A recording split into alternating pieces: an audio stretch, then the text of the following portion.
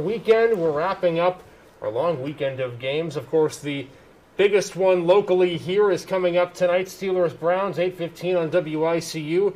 You know, Dan, what should scare fans about this game is the fact that every single other wildcard game so far this weekend has been close. That was the same in the Ravens-Titans game. And we expect a close one again tonight. Yeah, we do. I mean, obviously, the third time that these two teams are facing each other this season. Divisional opponents tend to know each other a little bit better anyways. And you know, going into a matchup where, obviously, last week was a lot on the line, but the Steelers didn't play all of their starters. This week, not the case. In fact, the Steelers will pretty much be fully healthy, other than, you know, those who they lost earlier in the season. But for the Browns, I think that we're going to see that tough running game, and I think that that's going to be the key for them. For the Steelers, is can they run the ball? That's the opposite, a complete opposite story for the Steelers. Yeah, and for the Browns offense, it's those tandem of running backs with Kareem Hunt and Nick Chubb against the front seven of the Steelers, which is one of, if not close to, the best front seven in football. Steelers will be without Joe Hayden on the COVID-19 list, but besides that, Dan, they're relatively healthy. The Browns, of course, they have some health issues on the coaching side. Kevin Stefanski won't be there. He'll be sitting in his basement on a 60-inch TV watching the game without his phone, and so it'll be up to the special teams coordinator to start calling the plays. No decisions. He can do nothing but sit there and watch the game. I can't imagine that's going to be extremely painful for a head coach to have no pull in this. Of course, you know, his game plan is already set. He's already worked with these guys throughout the week. The Colts, I mean, they brought Cleveland. Now can they do it in the playoffs, something that they haven't done in a long time, haven't been to the playoffs since 2002. Of course, same exact matchup, Steelers versus Browns back then. And so for if this is a close game, a lot of it could come down to the coaching. And it could come down to the kicking. Chris Boswell for the Steelers is questionable today with an injury. If not, he would be replaced by Matthew Wright, the rookie out of UCF, so that'll be something to look out for too. One person, though, who will be in the lineup for sure, at least unless any other injuries come up, is James Conner, the Steelers running back. And folks, you might get a chance to look like James tonight if you post your favorite Steelers or football picture, because we've got this for you. We gave one out. John Schaffner was the winner yesterday. This is a signed James Conner jersey. Proof is in the picture. Here's the back. You can see the signature down the side there. So you could be the winner. Maybe hard to see, but it is there. We promise. We gave one out yesterday. We have a post on our Facebook page, Erie News Now's Facebook page. You can post your photos of you, whether it is a previous photo of you getting ready for the game ahead today, and we're going to pick out the best photo, and you could be the winner of that James Conner jersey. I believe that post is posted to our Facebook page. It's actually pinned to the top. So send in your photos. We're going to pick one in the next hour or so. And on Erie News Now at 6, also known as our Trail to Tampa special, we're going to pick one out and share the winner. And if you win, you come to the station, you pick it up, and you enjoy that signed James Conner jersey. All right, Dan, we're getting ready. Game number 2. Saints and Bears playing in about 8 minutes on WSEE. We're getting ready for Erie News Now at 6, our Trail to Tampa special on WICU. It's going to be a fun night, won't it? Oh yeah, and of course we gotta give a little shout out to the Bills fans that are still celebrating. So we'll bring you some coverage of that coming up as well. So certainly been a fun weekend. We're in the studio, John Lennox in Pittsburgh. It's going to be a great Sunday night. Everybody strap in, more football. It's almost like we've been waiting a year for this game to happen, but 18 years after Wild Card Weekend in 2002, comes back again. Oh, yeah. Steelers and Browns facing each other for the third time this season. These teams know each other very well. Obviously, it's a huge rivalry, and it's going to be a fun one to watch. I think it's going to be a close one. Of course, the biggest issue for the Browns heading into this is the COVID issues they've had to deal with. Not practicing so much this week. They don't have key players such as Denzel Ward. It's going to be a tough one from that aspect, just already a step behind. The two questions coming into this game for the Steelers and Browns is, when the Steelers have the football, can the Browns secondary cover these Pittsburgh wide receivers? James Washington, Chase Claypool, Deontay Johnson, Eric Ebron comes back off the COVID-19 list. Ben Roethlisberger did not play last week. He will be in the lineup tonight after resting. Can he find a way to exploit that Browns defense minus Denzel Ward? And, of course, Grant Delpit out earlier in the season, so he won't play. And, Dan, on the other side of the football for the Steelers defense against the Browns, can you stop Kareem Hunt and Nick Chubb? It's going to be tough. I know that last week Nick Chubb ran for over 100 yards, but it wasn't a crazy outing for him. But with TJ Watt back, and he's going to disrupt everything. He's going to be able to get to Baker Mayfield. He's going to be able to help get to those holes and plug them up. So I think that's the biggest concern for the Browns heading into this game. TJ Watt is going to be hard to deal with. And the other issue for the Browns is just, are we going to see that offense we saw against the Titans? Are we going to see that offense that we saw against the Ravens? Are they going to be able to air the ball out? Which Baker Mayfield are we going to see tonight? And so that's going to be a big issue for the Steelers. Again, we know that Ben Roethlisberger is back, and Mason Rudolph was able to kind of cut up that defense last week, throwing for over 300 yards. You get Ben Roethlisberger back. Eric Ebron is back as well. That's helpful for the style of offense that they play, those short passes. And for the Steelers, are they going to have a run game? If they're not going to have a run game, we haven't seen much of one all season long, are they going to be able to air the ball out? I know that Ben Roethlisberger will be successful. He'll be able to complete passes.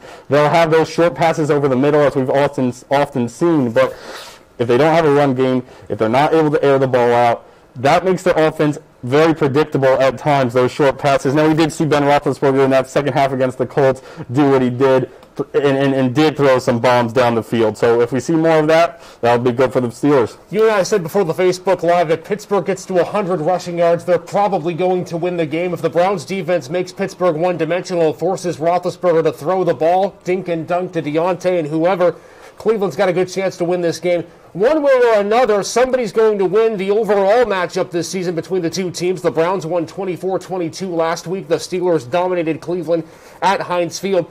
Quick note as well, the Browns have not beaten Pittsburgh at Heinz Field since 2003.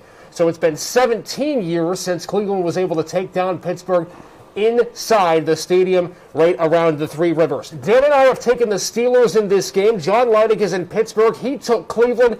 The bottom line, though, Dan, all of us think this game tonight's going to be very close. Yeah, absolutely. It's kind of what I said at the top here. Just teams that they know each other. Of course, they're going to throw in different plays that they haven't seen. There's going to be some tricks up the sleeve. Actually, I can expect Chase Claypool to get a carry or two in this one. Try to get that running game going for the Steelers. But again, it's two teams that know each other very well. Rivalries. It's going to be a tough physical matchup. Everyone on our station right now has their butt planted in a seat watching the game, and I'm sure you will too. We're going to get off Facebook. Let us know in the comments who you're rooting for. Browns, Steelers, what's the pulse of the room tonight? Because in 3.5 hours, someone is moving on to pitch what's going to happen, figure out what's going to happen in the game.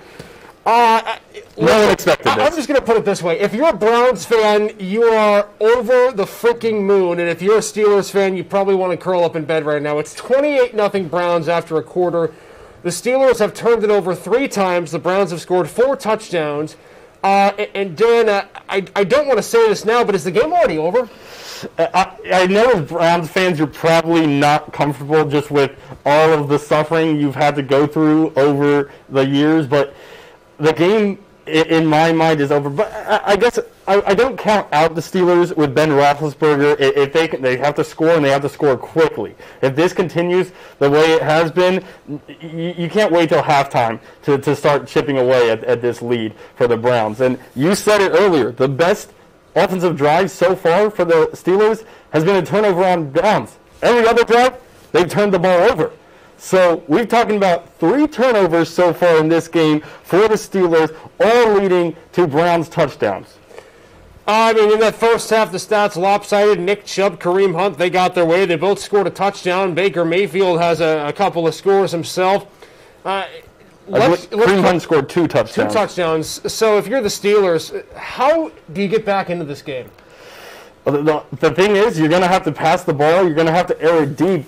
And you're going to have to score, because that's how you score quickly. The thing is, James Conner, he hasn't had a terrible night. You try to see if you can get that running game going a little bit, but you're going to need some deep balls down the field to score quickly. And the other thing that the Steelers fans have to be counting on, hoping for, is a defensive touchdown or at least a turnover. Maybe 2 at this point. 28-0 Cleveland. Second quarter's underway. We're going to see what happens, folks, but if you're a Browns fan right now, man, you can't be feeling any better than you've been in the last 20 years. Offense has had almost as many drops as they do points. Yeah, absolutely. It's kind of been the story for this Steelers receiving corps all season long. The drops are back. It just seems like when you start the game 28-0, when you're down that big, they're back in their heads again. They're trying to do too much. They're trying to turn up the field before they even catch the ball. And, they get that one touchdown, make it a 3-touchdown game, and then the Browns, for the first time, actually drive down the entire field and score a touchdown on their own. So really taking any sort of momentum out for the Steelers there. Of course, the Steelers able to get a field goal at the end, maybe heading to the locker room with a little bit of hope. I don't know.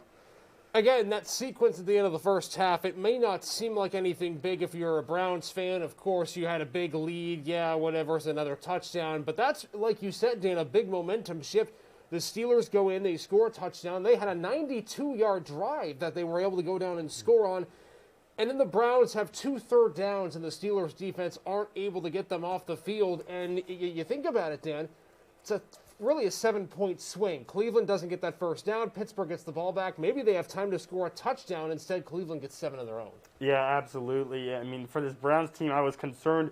Are we going to see what happened in the Titans game? Are they going to take their foot off the gas pedal a little bit and just play safely? Well, maybe they learned from that game. That is not the case, at least it seems so far, being able to drive down the field and score again, because if the Browns didn't score at all in that second quarter, it would be a lot more hope for the Steelers that the defense is starting to click for them a little bit, and that's not the case. The Browns still look like they're doing what they can do. And the start of this game, the Browns didn't have to do too much. Right. They were not winning because of how they were playing. They were winning because of the mistakes that the Steelers made. Of the 45 points scored so far, the Steelers are responsible for 38 of them, 28 of which have come off of turnovers. And so you look at something like that, you think to yourself, how do you come back? Dan, I want to ask about, obviously the Browns really don't need to do much anything else and besides continue your running game and continue to play defense. From the Steelers' perspective, what has to be done in the second half if you want any chance of a comeback?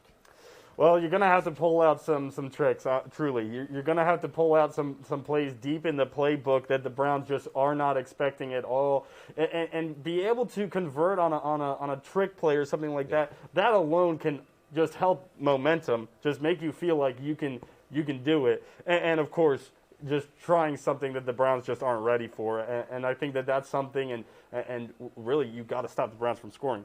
It's all good and dandy if the Steelers come out and they're able to put up 28 points in the second half, but if the Browns continue to score, it does absolutely nothing. So it's big on the defense. Ben Roethlisberger, I'm sure he's been in this situation before. Can he come back? I don't know, but if there's somebody that can, you want a veteran quarterback in that position. But then it's on the defense to make sure that he's not fighting up another mountain. You also mentioned, too, earlier at the end of the first quarter, creating turnovers for Pittsburgh. They might have some sort of a crevice to maybe be able to get to the Cleveland quarterback. Jack Conklin, the offensive tackle, was out with a lower body injury, questionable to return, so we'll see if T.J. Watt and company bring the pressure in that second half. All right, we've got a lot still going on here. Still 30 minutes left of football to play. The Browns, though, in a really good spot to move to Kansas City next week to play the Chiefs. But that, of course, still a little bit of time away. We'll keep